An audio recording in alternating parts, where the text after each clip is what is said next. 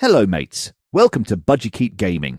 I'm your host Finley. Today I'm talking about the games I'm looking forward to the most in 2026. Keep in mind, every game on this list are games that either have a solid release date for 2026 or are at least labeled as a 2026 release date. I partly wanted to make this video just to talk about games I'm looking forward to, but I also wanted to make it so I can see which of these games make my top games of 2026 video I'll be making at the end of the year. Alright now, on to the games. Oh, and real quick, if you enjoy this type of content, please consider hitting that like and subscribe button, and let me know in the comment section which games you're most excited for in 2026. All of that is a huge help for small channels like mine. First on the list is the game that is probably releasing earliest out of the bunch, and that is Mario Tennis Fever. This is going to sound pretty crazy, but I've actually never played a Mario Tennis game, which is very odd, considering I'm a Nintendo fan, I'm a Mario fan, and worse of all, I own Mario Tennis Aces for the Switch and still haven't touched it. Yeah,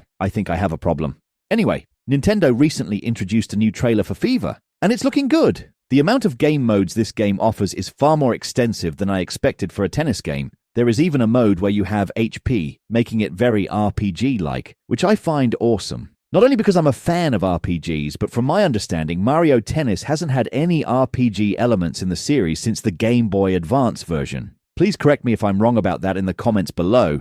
I think the one thing that might make or break the game for me depends on how much of the game can be played in co-op mode. I know it's been confirmed that boss battles will be co-op, but they didn't specify if it was the entire story mode or just the boss fights. One would think it'll be the entire game, but we all know Nintendo loves giving us half-arsed co-op experiences. Yes, Odyssey, I'm looking at you. Anyway, back to the point. If you can play story mode in co-op, then this might end up being one of my favorite games of the year. If you can't play story mode in co-op, then I don't think I'll be spending very much time with this game. Mario Tennis Fever is releasing exclusively for the Switch 2 on February 12th.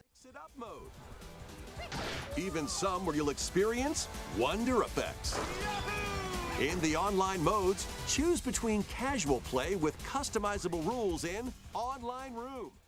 Keeping with the theme of February releases, we have Resident Evil Requiem, also known as Resident Evil 9. Have you ever come across a game where you see just one trailer and you already know you're going to buy the game based on that one trailer? So you avoid all further trailers and all info you can because you want nothing spoiled? That's basically how I feel about Resident Evil 9. And my God, has this game received extensive coverage? Like Kirby's Air Rider, I'd honestly say this game is getting too much coverage before release. Anyway, it's not a game I'm going to go out and buy on day one, but I'm still looking forward to playing it. I'll most likely save it for an October playthrough for spooky season, assuming nothing else that catches my interest releases during that time. You can get Resident Evil Requiem on all modern platforms on February 27th.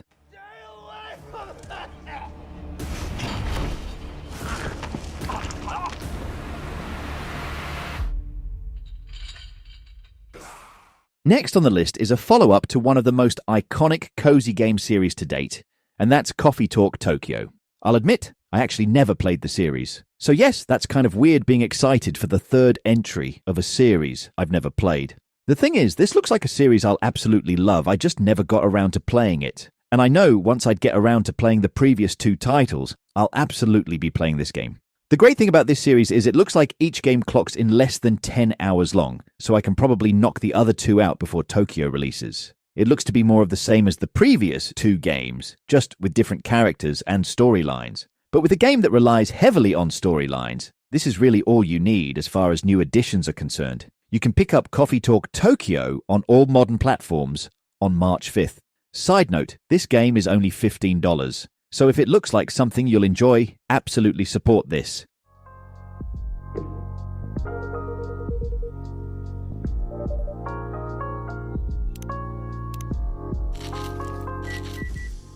Next on the list is a game I'm surprised I'm excited for, since I never really cared to play any of the others from the series. That game is Lego Batman: The Legacy of the Dark Knight. I remember playing a demo of one of the Lego Batman games years ago. I think it was Lego Batman 3? All I remember is absolutely hating it, and I don't exactly remember why, which is strange since I like Batman and I've enjoyed some Lego games in the past. I'm excited for Legacy of the Night since it basically looks like the Arkham series in Lego form. If this game can combine the amazing gameplay from the Arkham series with the hilarious humor the LEGO series is known for, then it's going to be a smash hit. Here's hoping they can pull it off. You can get LEGO Batman: The Legacy of the Dark Knight on all modern platforms on May 29th.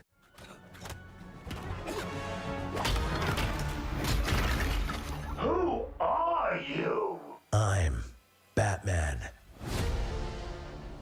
Keeping with the superhero theme, what might just be my most anticipated AAA game for 2026, and that is Marvel's Wolverine.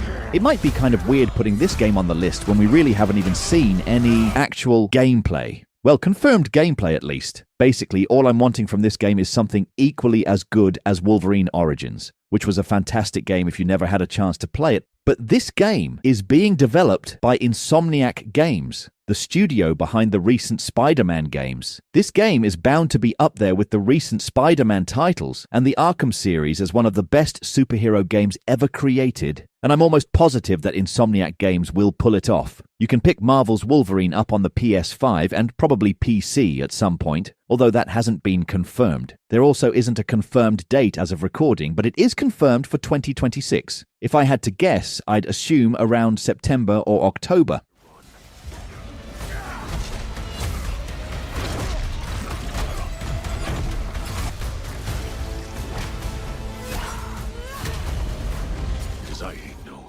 Next on the list is another Nintendo game, with Yoshi and the Mysterious Book. I'm absolutely loving the art style of this game.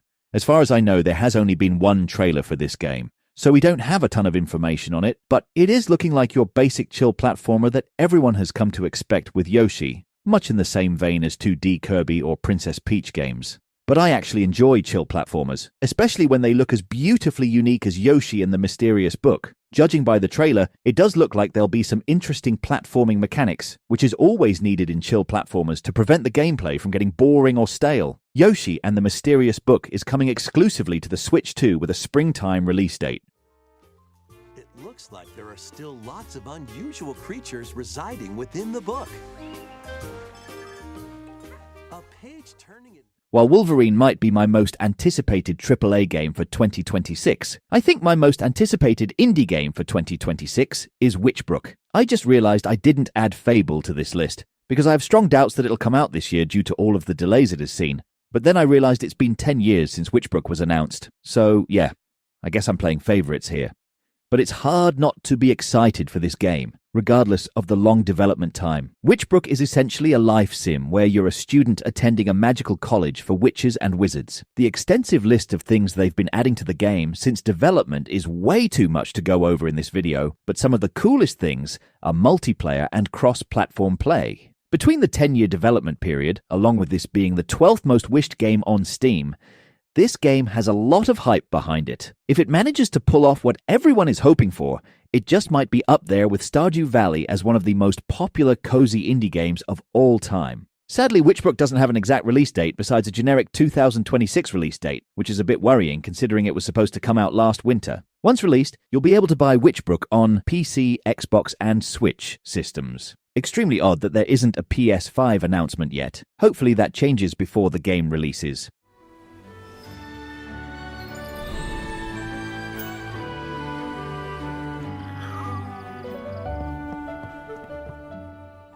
Next on the list is Fatal Frame 2, Crimson Butterfly Remake, another franchise that I never got around to playing. I've seen people describe it as a Pokemon Snap game, just a very creepy version of it.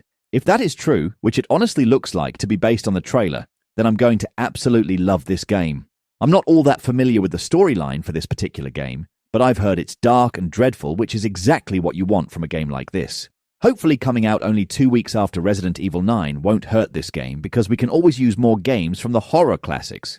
You can buy Fatal Frame 2, Crimson Butterfly Remake on March 12th for the PS5, Series X, and PC. The twins, where are they? The ritual. Next up is more like DLC and not a full game, but it'll most likely be enough content to be considered a small game, and that is Deltarune, Chapter 5. And the best part of Chapter 5? You won't have to pay anything as long as you own the full game, which is insanely awesome to me. I'm not really sure how long that model will be sustainable, but but I'll enjoy it while it lasts. I actually just recently started playing Deltarune, so it's not like I'm dying to get a new chapter anytime soon, seeing as I still have more to play. But I know once I complete chapters 1 to 4, I'll absolutely be ready to jump into chapter 5.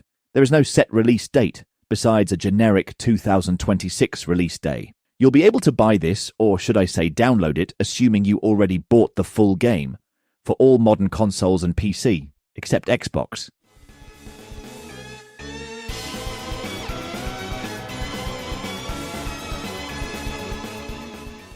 I remember earlier I mentioned Witchbrook is my most anticipated indie game on the list, and I totally mean that.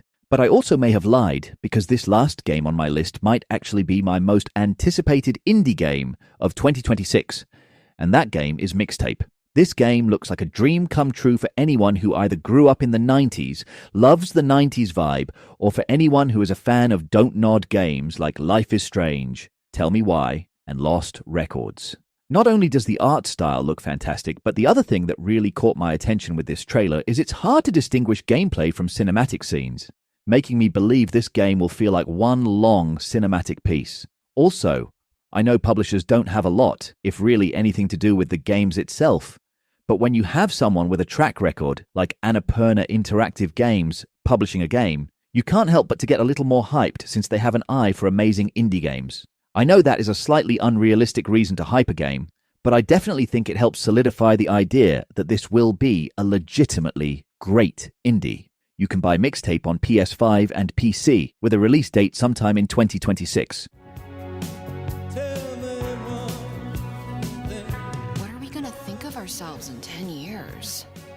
I'll just remember to tell myself it felt important. All right now, there are the 10 games I'm looking forward to this year. Obviously, there are tons of great-looking games I'm excited for that didn't make the list, but those 10 are at the top of my list. For now anyway, since we all know it'll change once we start having gaming events throughout the year.